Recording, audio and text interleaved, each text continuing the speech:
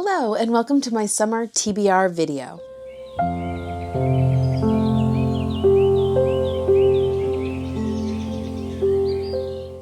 So here I am next to my TBR cart. Here at the bottom I have the books that I've collected for summer reading. This is double stacked. There's books behind books on here because summer is the closest season. And as far as my schedule in the summer, it's different than it is in other times of the year, so I don't usually do a monthly TBR list. I just have a stack of books that I hope to get to in the summer, and I choose them based on my mood. So because I have so many to go through, I am going to kind of try to move through them a little bit quickly. And the first one that I have is The Secret Book of Flora Lee. This is by Callahan Henry. I have read her Becoming Mrs. Lewis and really enjoyed it. It actually was pretty somber, but I did love the diving into C.S. Lewis's life and kind of what that looked like. This is set in London in 1939. We have Hazel and Flora, they're two sisters. They are escaping the horrors of the war by going and living in a cottage with a woman and her son. And they have this imaginary land that they call Whisperwood. But at some point while living in this cottage, Flora goes missing and Hazel is distraught. It's very traumatic for her, and she ends up kind of continuing through life missing her sister.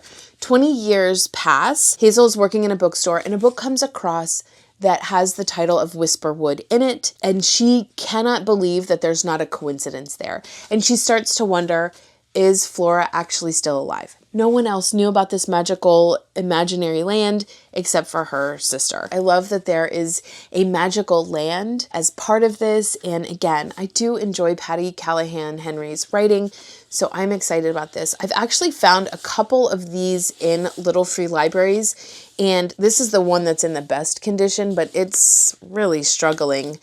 So I'm assuming because these keep ending up in little free libraries as very well loved, that it means that they are books that are worth the time. Next, I've got Bitter Greens by Kate Forsyth. This is sort of a Rapunzel retelling, so we've got that fantasy element to it, but it also is a historical fiction, as it is set at Versailles during the reign of King Louis XIV, the Sun King. So it is a chunker, but I do really enjoy reading fairy tale retellings as summer is ending to kind of transition into autumn reading. So chances are this is a book that I will be picking up in August specifically, but I will just leave it on the stack. And if I feel like reading something like this earlier in the summer, then I will grab it, especially since it actually begins in June. Just continuing through the hardbacks, I also have The Life Impossible by Matt Haig. Currently I have two of his books that are on my TBR shelf.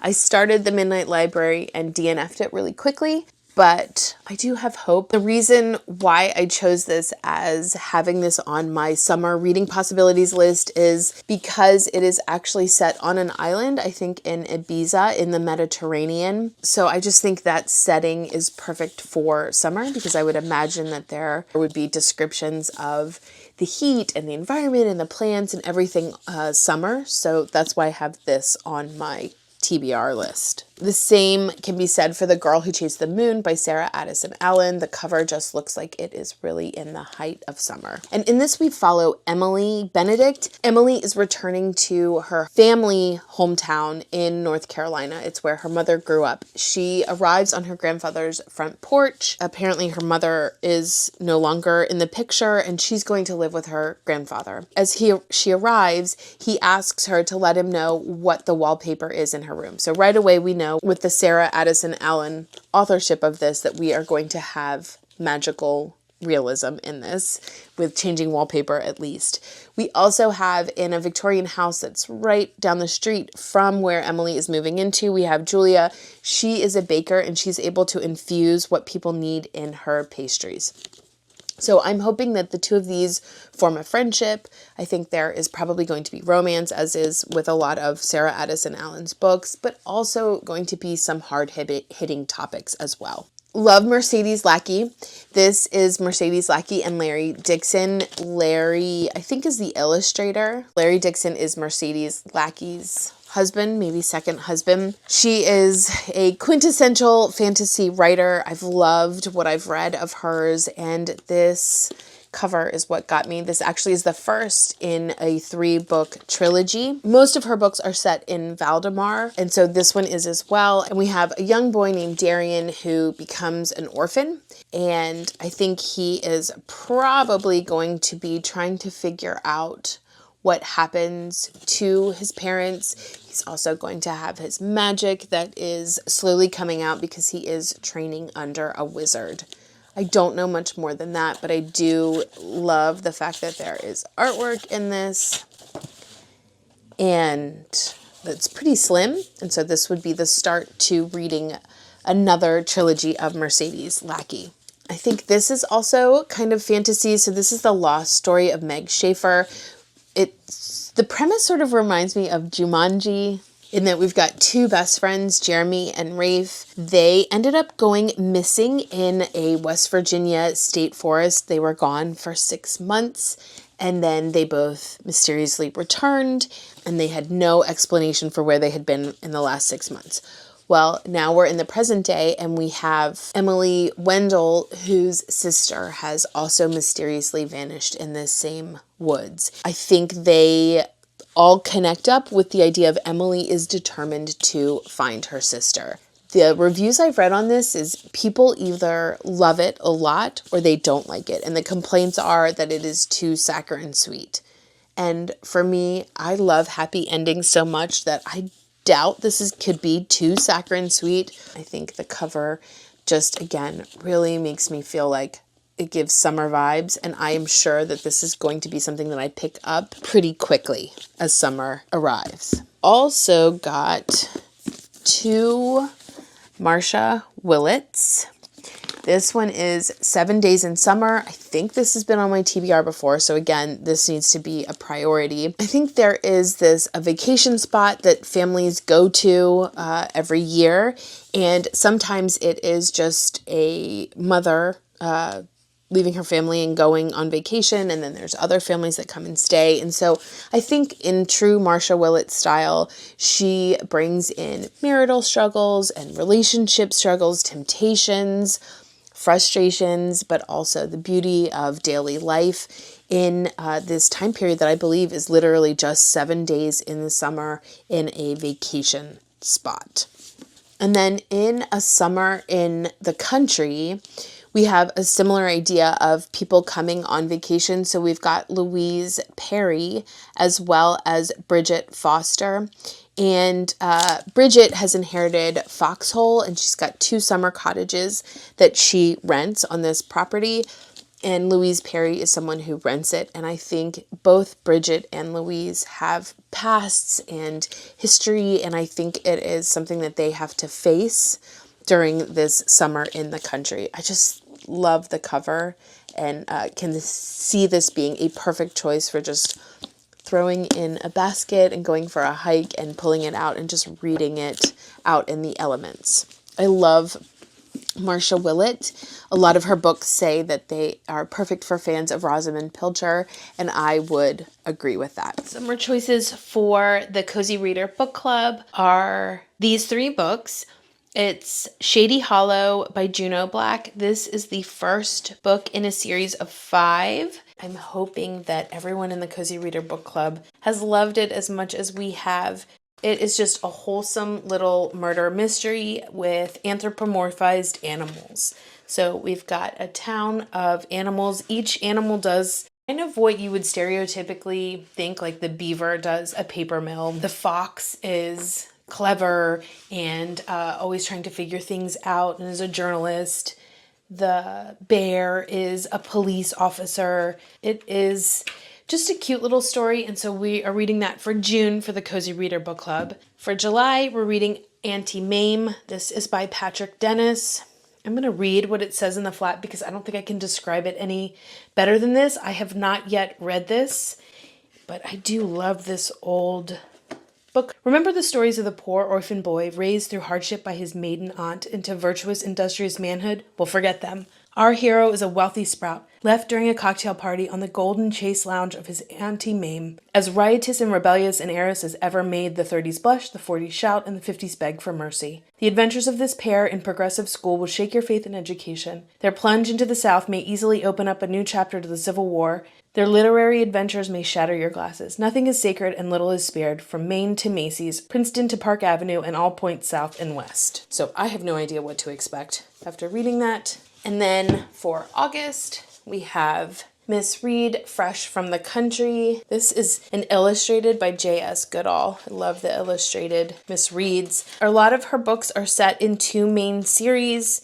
This, I think, is a standalone. This is the story of a country girl named Anna Lacey. She is a teacher in a primary school in Greater London. So I think this is just about her life and the children that she teaches in the school in London. On to the paperback stack. Under a Dancing Star by Laura Wood. First of all, the cover is just stunning. Even the back is. So while Laura Wood is, I think, most well known for A Sky Painted Gold, which is another works of hers, this one I thought was perfect for summer, so I grabbed it when I found it used.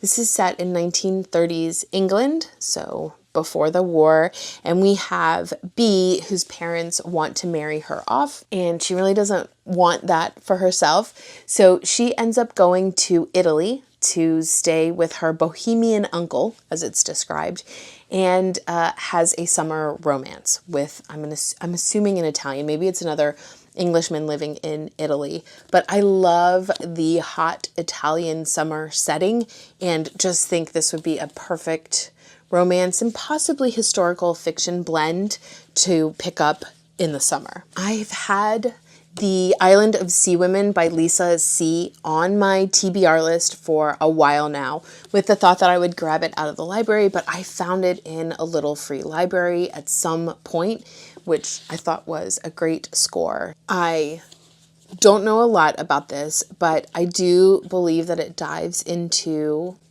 female friendship among female divers. So there is an island of Jeju. Through the Japanese colonialism and the Korean War and World War II, we have these female divers that have years of friendship. The book actually starts in the 1930s, which again is the Japanese colonialism of this area, and then we move into present day. So my understanding is this has been very thoroughly researched, and so again, I love the idea of having a historical fiction that also really explores female friendships and is set in like a diving environment. A moment for the cover. It's just lovely. This is another one that I found used. This is Gone Away Lake by Elizabeth Enright. This is a middle grade book about kids who have a friendship. They go exploring every summer, and they in this summer have discovered that instead of a swamp, which is what they currently now see, this swamp used to be a lake and a community of a resort town. And you can see the dilapidated houses in the background. Supposedly the story of the people that lived there is still evident in the houses, and so they explore the past of what happened to this lake resort to turn it into a swamp. It just seems very appealing and perfect as they're exploring in the summer and discover this. What a great book to grab for the summer. The next 3 books that I want to talk about are all part of the British Library Crime Classics reprints. We first have John Bude, both of these, and I've looked into which was published first so that I can make sure that I read them in order. And so we have the Sussex Downs murder and then the Cheltenham Square murder. This has the main character of Superintendent Meredith, who gets called in to investigate these murders. So in this one, we've got 2 brothers who live together on a farm, and one of the brothers disappears and his car is abandoned. And so this is that classic detective novel of what happened to the brother. I think they're looking into like his marriage, his relationship with the brother, the other people in the town. So again, your quintessential 1930s classic detective novel. And then this is the next one that he wrote. And actually John Bude is the pseudonym for Ernest Elmore, who wrote these. And this one is actually set in Regency Square in Cheltenham. And the death occurs in a summer evening as a window is open because it's so hot and stifling. And an arrow is shot through that window in this row of houses and the person is killed. And so Superintendent Meredith is called in again to solve the murder. So they're both set in summer, perfect mystery choices. I also added this ECR Lorac as well. This is, I think, her 11th book. And this was actually published as Triple Death, but it's now called Post After Post Mortem, an Oxfordshire mystery. And in this we have the Surreys and their 5 children. They're actually prolific writers, all of them, where they write reviews and crime thrillers. And we have Ruth, who is the middle sister, and she goes and stays in their Oxfordshire home, and she ends up dead. And there's a lot of question behind how did she die? Was it by her own hand? Was there foul play? This is a pretty thick ECR Lorac. I love what I've read of hers before. The reason why I chose this as a summer read is there's a description in the beginning about the garden. So I thought that would be probably set in a warm time period of the year. And so I just put it with these. I will say I will probably try to get to these first, simply because they've been on my TBR for longer. Next, I've got a Susan Vreeland with the Luncheon of the Boating Party. This is probably my favorite Renoir painting. So I love that this is on the cover of the book. And this is actually what this story is about. So Susan Vreeland is a historical fiction writer. So what she's done is she has taken this Renoir painting and brought it to life. So she has Renoir himself as a character who I believe is narrating the story. And then we've got 7 of the people that are in this that we learn about through Renoir's narration. And so we've got a setting that is in Paris along the Seine. And again, as this is one of my favorite paintings, I just love the idea that someone decided to bring it to life and to explore what the lives of Renoir was, as well as all of the people that were included in his painting. Next, I've got Hemingway's Cats by Lindsay Hooper. I saw this when we were in Key West a few years ago and didn't buy it, but then I found it in a little free library and I thought that that was providential, and so I grabbed it. This is set in Key West. It has as characters people who work at the Hemingway house and then who care for the 60-some six-toed cats that are living in Hemingway's property, and a hurricane, I believe, comes. And so they're all battening down the hatches to take care of the cats. And then there is obviously interaction between the characters. There's probably some romance, I'm assuming. But Category 5 hurricane is coming and they need to take care of the cats. I don't know if this is high literature, but certainly entertaining. And after having been there, I can kind of visualize it, and it just seems like a cute, fun little summer story to read. I have this Jenny Colgan, Sunrise by the Sea. I've read a couple of Jenny Colgans. I have more on my TBR because they do end up in little free libraries. This one is a Little Beach Street Bakery novel. Again, it just seems like such a fun, just throw this in your bag if you're going to the beach or even the lake for the day. It just seems like just a fun, quick read, even though it's pretty thick. So the bad news is this is part of, I think, a series, the Little Beach Street Bakery series. I've read her Bookshop on the Shore, I think, but I don't think I've read any in this series, but I'm probably not going to worry about it. So this book is set in Cornwall, And this is a story of Marisa Rossi. She is grieving the death of her grandfather, and she goes to this Cornwall location, is trying to continue her life. She ends up getting a job as a registrar. I'm not sure how the Beach Street Bakery comes into play, maybe as a place for her to go for healing. But again, I think it is being set by the sea just makes it a pretty great summer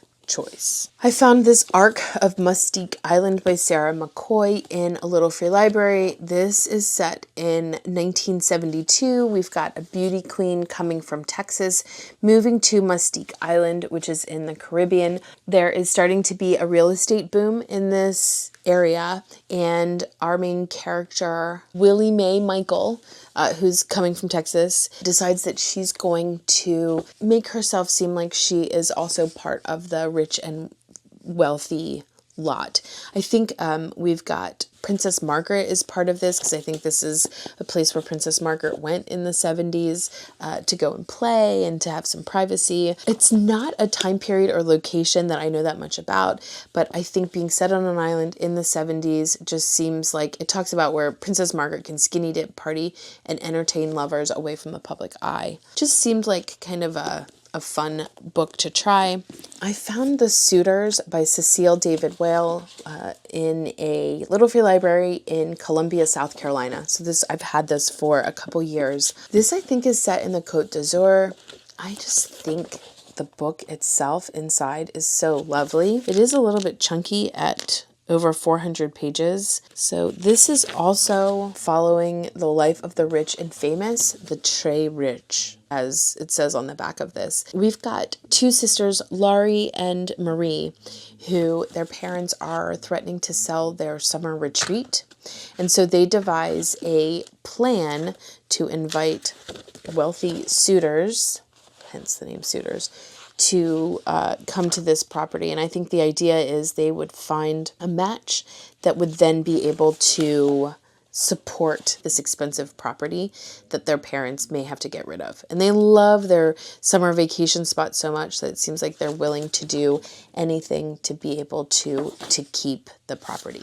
I'm hoping to get to this summer, considering I've had it for years. And then on my Kindle, I am going to be continuing the Unselected Journals of Emma M. Lyon volumes 6, 7, and 8 for the summer, with the understanding that volume 9 should be coming out hopefully by the end of this year. And I'm doing this with Jen at Jen's Reading Life. She's doing a read along with this series. This has probably been my most surprising joy of the year in reading. I have loved this series so much. I actually even got to enjoy having a live stream discussion with Jen. So I'll be sure to link that video below so you can watch it. We just had so much fun.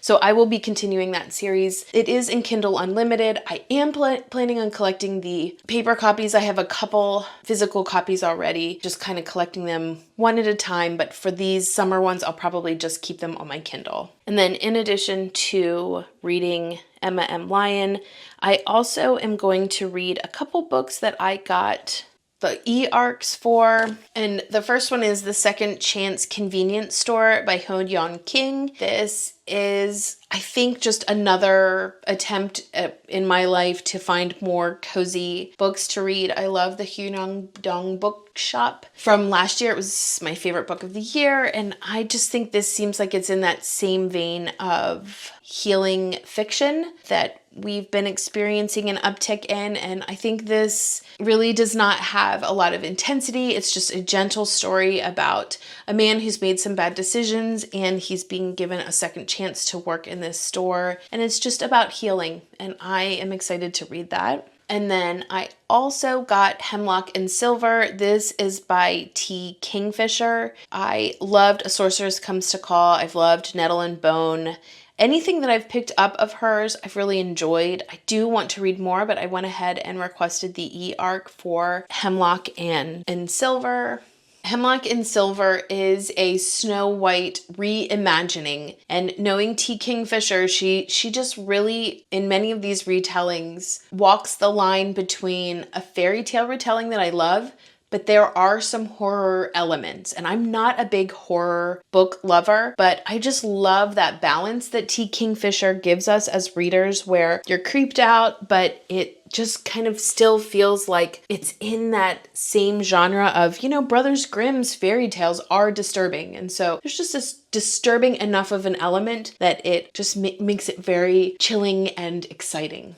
And then I also got the e-arc for The Enchanted Greenhouse by Sarah Beth Durst. This is the second book in the Spell Shop world. I don't think it's a series. I think it's just written in the same world. And I don't know that much about it, except that I'm hoping that I've got some of the same characters like Keely and Kaz, the sentient plant. And I'm just hoping that it is going to be set in the same world. And again, with that cozy, gentle vibe that Sarah Beth Durst is currently writing this series in, I just love. As always, I would love to hear what you are reading this summer as well. Thanks so much for watching, and until next time.